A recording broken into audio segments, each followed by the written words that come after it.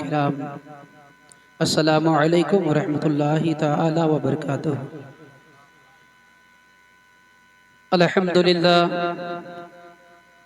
للہ الذی کفا وسلام علی عبادہ الذین اصطفی وعلی آلہ واصحابہ اجمعین، اما بعد فاعوذ باللہ من الشیطان الرجیم، بسم اللہ الرحمن الرحیم۔ وعزن فی الناس بالحج، صدق اللہ المولانا العظیم، وبلغنا علی رسولہ النبی الامین المبین الرؤوف الرحیم، والحمد للہ رب العالمین۔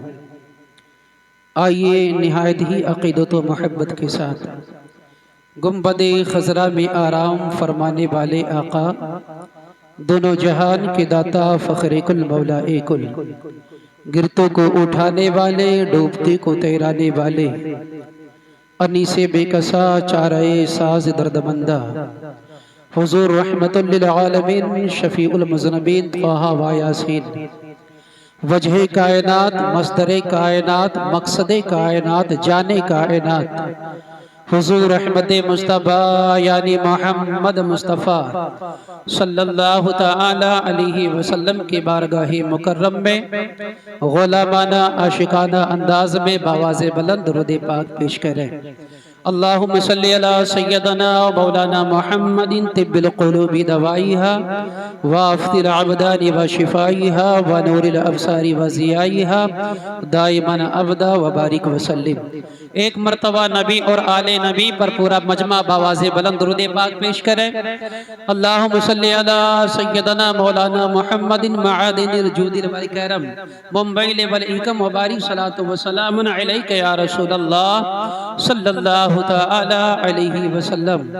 میرے امام فرماتے ہیں کہ حاجیوں آو شہنشاہ کا روزہ دیکھو، حاجیوں آو شہنشاہ کا روزہ دیکھو، کعبہ تو دیکھ چکے کعبے کا کعبہ دیکھو، کعبہ تو دیکھ چکے کعبے کا کعبہ دیکھو، آب زمزم تو پیا خوب بجھائی پیاسیں، آب زمزم تو پیا خوب بجھائی پیاسیں، آؤ جود شہ کوثر کا بھی دریا دیکھو، آؤ جود شہ کوثر کا بھی دریا دیکھو۔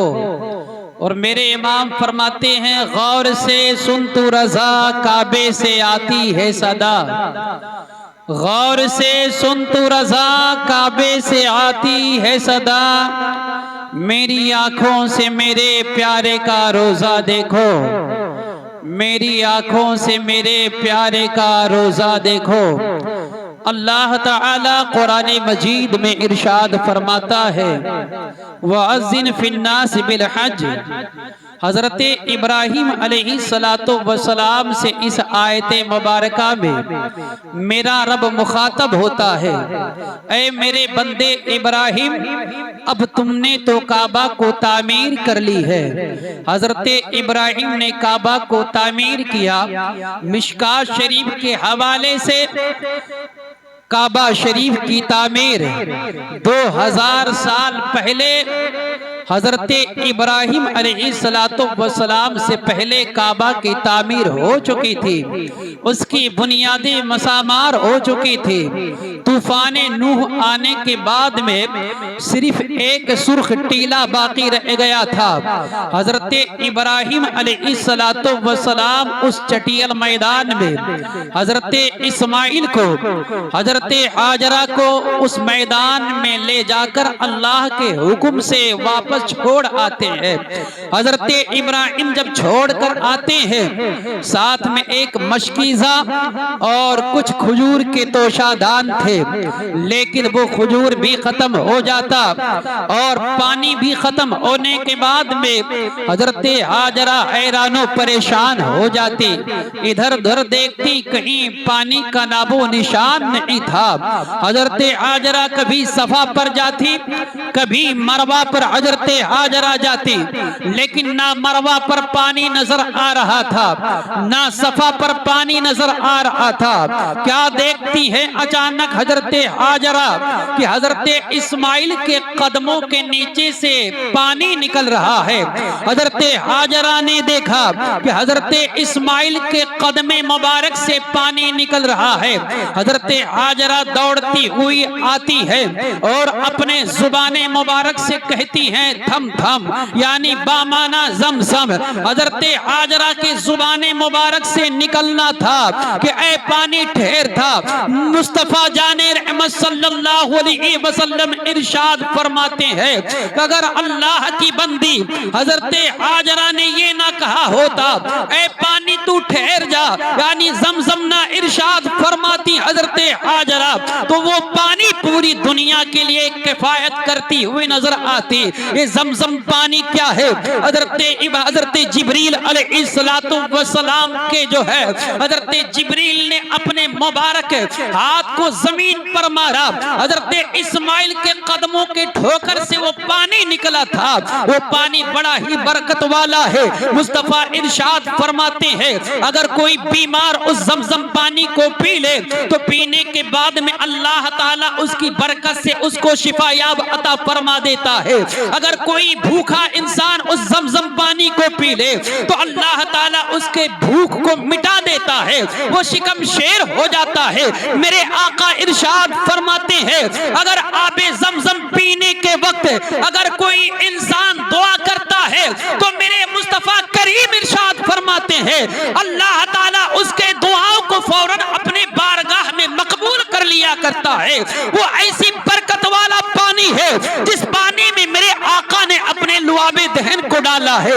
مصطفیٰ جان رحمت صلی اللہ تعالی علیہ وسلم اپنے ہاتھ میں ڈول کو لیتے ہیں، ڈول کو لینے کے بعد میں آب زمزم کے کنویں میں ڈول کو ڈالتے ہیں، پانی کو نکالتے ہیں، نکالنے کے بعد میں میرے آقا پانی کو نوش فرماتے ہیں، اور جو بچا ہوا پانی رہا کرتا ہے اس پانی کو میرے آقا آب زمزم کے کنویں میں اڑیل دیتے ہیں، گویا کہ صبح قیامت تک میرے نبی نے آب زمزم کو اور برکت والا بنا دیا ہے اور شفا والا بنا دیا ہے، کیونکہ وہی لعاب دہن ہے۔ قتادہ کے آنکھ میں مصطفیٰ لگا دیتے ہیں، فوراً شفا یاب ہو جاتا ہے۔ وہی لعاب دہن ہے، حضرت علی کے آنکھ میں لگا دیتے ہیں، فوراً شفا یاب ہو جاتا ہے۔ وہی لعاب دہن ہے مصطفیٰ جان رحمت کا کہ کھارا پانی میں میرے آقا ڈال دیتے ہیں، فوراً شفا یاب ہو جاتا ہے۔ وہی لعاب دہن ہے آقا کریم صلی اللہ علیہ وسلم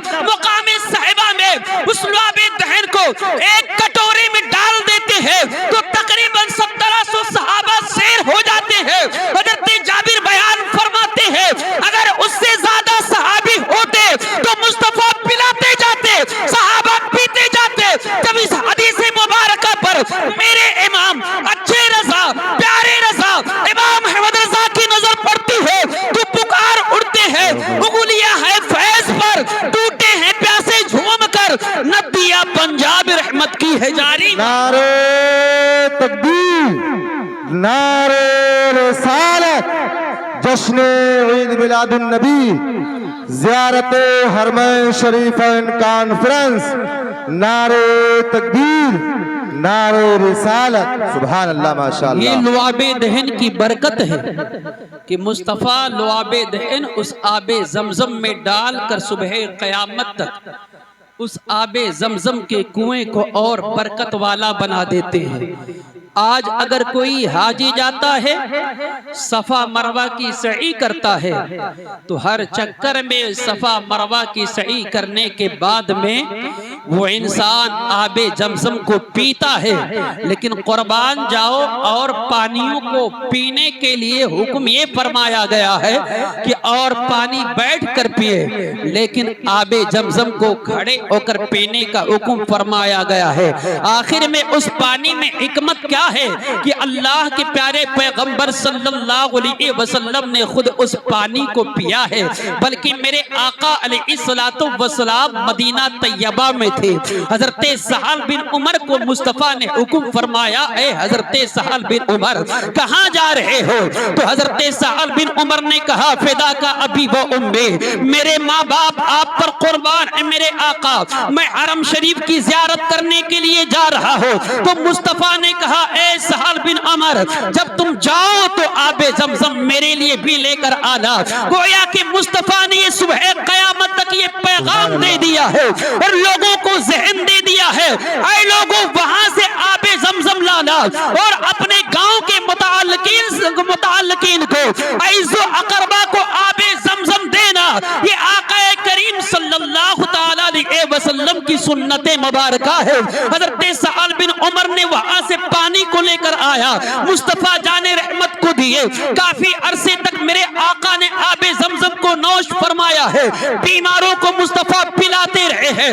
اس لیے آب زمزم کو کھڑے ہونے پر پینے کا حکم اس لیے ہے تاکہ برکت اس کے جسم میں جلدی سرایت کر جائے۔ اگر وہ بیمار ہے تو جلدی شفا یاب ہو جائے، اگر وہ بھوک سے تڑپ رہا ہے تو جلدی سکم سیر ہو جائے۔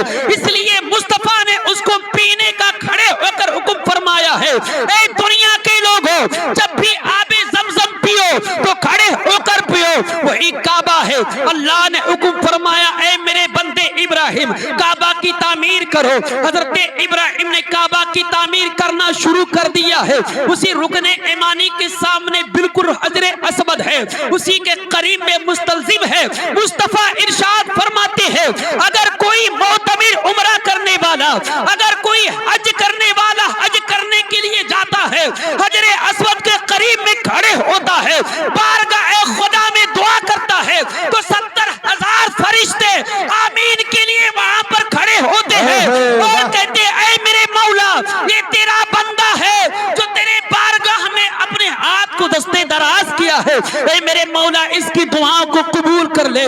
کوئی وہاں دولت مانگنے کے لیے جاتا ہے، کوئی شفا یابی کے لیے جاتا ہے، کوئی جو ہے جنت مانگنے کے لیے جاتا ہے، لیکن جنت کی سرٹیفکیٹ وہاں سے اللہ تعالیٰ نہیں دے رہا ہے بلکہ مصطفیٰ مدینے سے دے رہے ہیں۔ اور ارشاد فرماتے ہیں، من زارا قبری وجبت لہو شفاعتی، جس نے میرے قبر کی زیارت کی اس کے لیے میری شفاعت واجب ہے۔ سبحان اللہ، ماشاءاللہ ماشاءاللہ۔ شفاعت کا سند ماشاءاللہ مصطفیٰ جان رحمت صلی اللہ تعالی علیہ وسلم کے بارگاہ سے ملے گی۔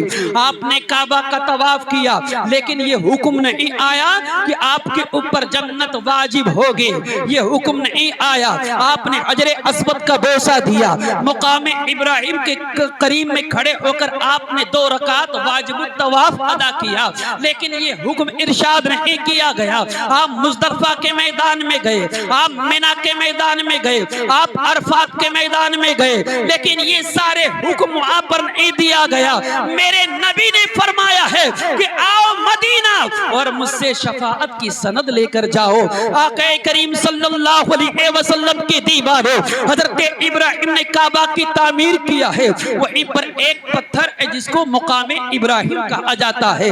میرے آقا علیہ السلام ارشاد فرماتے ہیں، ارے وہ پتھر ہے جب جنت سے آیا تھا تو یاقوت کا وہ جنتی پتھر ہے اور اس کی جو ہے روشنی ایسی تھی پورب سے لے کر مشرق تک چمک رہی تھی، لیکن اللہ تعالیٰ نے اس پتھر کے اوپر پردے کو ڈال دیا ہے۔ حضرت ابراہیم علیہ السلام جب کعبہ کے نے کو اٹھاتے اوپر تو پتھر اوپر اڑ جایا کرتا تھا، اور جب حضرت ابراہیم علیہ السلام اترنا چاہتے تو جو ہے حضرت ابراہیم اترتے پتھر نیچے ہو جایا کرتا، کیونکہ حضرت ابراہیم کے قدموں سے وہ پتھر لگا تھا، حضرت ابراہیم کے قدموں کا بوسہ پتھر نے لیا تھا۔ اس لیے میرے آقا علیہ السلام نے ارشاد فرمایا، اے معتمر عمرہ کرنے والوں، اے حاجی حج کرنے والوں، اگر تم کعبہ کا طواف کرو گے تو 7 چکر کعبہ کا طواف لگانے کے بعد میں آؤ گے، اسی مقام ابراہیم کے قریب میں کھڑے ہو کر تمہیں 2 رکعت واجب الطواف ادا کرنا پڑے گا، کیونکہ یہ اللہ کی نشانیوں میں سے ہے۔ حضرت ابراہیم علیہ السلام اس پتھر پر کھڑے ہو کر کعبہ کی تعمیر کیے تھے، گویا کہ اس پتھر کو اللہ تعالیٰ کے پیارے پیغمبر حضرت ابراہیم سے اتنی خصوصیت ہو گئی گئی تھی کیونکہ نقشے پا حضرت ابراہیم کا لے لیا تھا. اس لیے آج کوئی حاجی جاتا ہے تو مقام ابراہیم کو چومتا ہے, اس کے قریب میں کھڑے ہو کر خدا کے بارگاہ میں دعائیں کر رہا ہے. اللہ تعالیٰ کے پیارے پیغمبر حضرت ابراہیم نے کعبہ کی تعمیر کر لیا ہے. بارگاہ خدا سے آواز آتی ہے وَأَذِّنْ فِي النَّاسِ بِالْحَجِّ, یعنی اے ابراہیم میرے بندے آپ اعلان فرما دیجئے کہ کعبہ کی تعمیر ہو گئی ہے, لوگ آئیں اس کی زیارت کرنے کے لیے, لوگ آئیں اس کی طواف کرنے کے لیے. اللہ کے بندے حضرت ابراہیم نے کہا اے میرے مولا میں تو کوہ ابی قبیس پر چڑھ سکتا ہوں, وہاں سے اعلان کر سکتا ہوں, میرا اعلان تو صرف مکہ والے ہی جانیں گے, میرا اعلان تو صرف اس کے اطراف و اکناف والے ہی جانیں گے. اے میرے مولا میرے اعلان کا فائدہ کیا ہوگا؟ تو بارگاہ ربوبیت و صمدیت سے آواز آئی ہے اے میرے بندے ابراہیم اعلان کرنا تیرا کام ہے اور کائنات کے گوشے گوشے میں پہنچانا آواز کو تیرے بل تیرے خدا میرے یعنی جو ہے میرے رب کا کام ہے. گویا کہ حضرت ابراہیم نے اعلان کیا ہے اور سارے لوگوں کے گوشے گوشے میں سارے لوگوں کے کانوں تک اللہ تعالیٰ نے اس آواز کو پہنچا دیا ہے.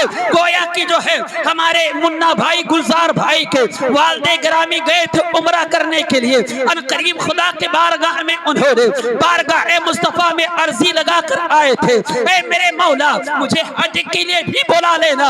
گویا کہ گلزار بھائی کے والد گرامی نے ایک مرتبہ جو ہے حضرت ابراہیم کے آواز پر لبیک نہیں بلکہ 2 مرتبہ کہا تھا. اس لیے اللہ تعالیٰ نے حضرت ابراہیم کے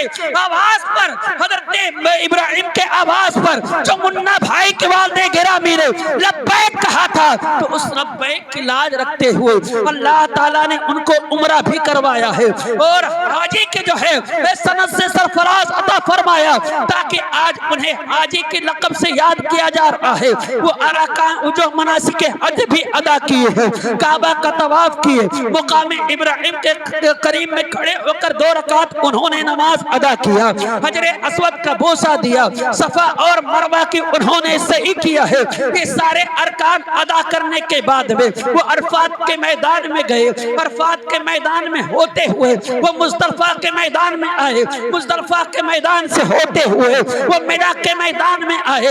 مناسک حج کرنے کے بعد میں بارگاہ خدا میں شکریہ ادا کر رہے ہیں اے مولا میرا حج قبول ہو گیا کہ نہیں. تو بارگاہ خدا سے آواز آئی اے میرے بندے اب تم اس شکرانے میں تمہارے بارگاہ میں قربانی کو پیش کر دے. تو قربانی کو پیش کرتے ہیں تو اللہ تعالیٰ کہتا ہے اے میرے بندے جس چیز کی تو نے قربانی پیش کی ہے اور قربانی کے ذریعے سے خون زمین پر گرنے سے پہلے میں نے تیرے حج کو قبول فرما لیا. یہ حج کے مناسک ہیں. جب انسان حج کرنے کے لیے جاتا ہے تو حج کرنے کے بعد میں اس کے سامنے کیسے کیسے حالات سے وہ گزرتا ہے وہ خود جانتا ہے. مصطفیٰ ارشاد فرماتے ہیں, حضرت عائشہ صدیقہ رضی اللہ تعالی عنہا کی روایت کرتا حدیث مبارکہ ہے, وہ فرماتی ہے کہ کمزوروں کے لیے حج جہاد ہے. آج اگر کوئی ضعیف نعیف کمزور جاتا ہے حج کرنے کے لیے تو وہ حیران و پریشان ہو جاتا ہے. اس سال کے معاملات کو آپ دیکھیے, تقریباً سوشل میڈیا کے ذریعے سے 550 حاجیوں کا وہاں پر انتقال ہوا. کیسے؟ وہ مینا کے میدان میں کنکری مارنے کے لیے گئے تو وہاں پر بڑا رش تھا, یعنی بھیڑ بھاڑ ہونے کے وجہ سے تقریباً 52 سے 55 ڈگری گرمی تھی, جس کے وجہ سے لوگ جو ہے اس گرمی کی شدت کو برداشت نہ کر سکے اور جہاں بحق ہو گئے, یعنی اللہ کے بارگاہ میں اپنی جان کو قربان کر دیا انہوں نے. اس کے تعلق سے مصطفیٰ ارشاد فرماتے ہیں اگر کوئی حاجی جاتا حج کرنے کے لیے اس نے یہ عزم کر لیا, اس نے یہ ارادہ کر لیا اور اگر اس کا انتقال ہو گیا تو میرے آقا ارشاد فرماتے ہیں کہ صبح قیامت تک اللہ تعالیٰ اس کے نام اعمال میں حج کا ثواب لکھتا رہے گا. صبح قیامت تک میرے آقا ارشاد فرماتے ہیں اگر کوئی عمرہ کرنے والا گھر سے نکلا اور اسی اثنا میں اس کا انتقال ہو گیا تو میرے آقا ارشاد فرماتے ہیں کہ صبح قیامت تک اس کے نام اعمال میں عمرے کا ثواب لکھا جائے گا۔ یہ مقام ہے حاجی اور عمرہ کرنے والوں کا۔ میرے آقا ارشاد فرماتے ہیں کہ جس نے پہلی مرتبہ کعبہ کو دیکھا اور کعبہ کو دیکھنے کے بعد میں خدا کے بارگاہ میں دعا کی تو مصطفیٰ ارشاد فرماتے ہیں کہ فوراً اللہ تعالی اس کے دعاؤں کو اپنے بارگاہ میں قبول فرما لیتا ہے۔ میرے آقا فرماتے ہیں کہ کل بروز قیامت جس کا حج قبول ہو گیا ہے مصطفیٰ فرماتے ہیں کہ وہ حاجی کل بروز قیامت 400 لوگوں کی شفاعت کرتا نظر آئے گا۔ جب ایک حاجی کا مقام ہے کہ کل بروز قیامت 400 لوگوں کی شفاعت کرتا نظر آئے گا تو مدینے والے آقا کا مقام کیا ہوگا؟ اسی کی ترجمانی میرے امام فرماتے ہیں کہ وسعتیں دی ہے خدا نے دامن محبوب کو، جرم کھلتے جائیں گے ہم کو چھپاتے جائیں گے۔ یہ مقام ہے ایک حاجی کا۔ نعرہ تکبیر، نعرہ رسالت، نعرہ رسالت، مسلک اعلی حضرت عظمت شریفین کانفرنس، نعرہ تکبیر، نعرہ رسالت۔ استغفر اللہ ربی من کل ذنب واتوب الیہ۔ السلام علیکم ورحمۃ اللہ تعالی وبرکاتہ۔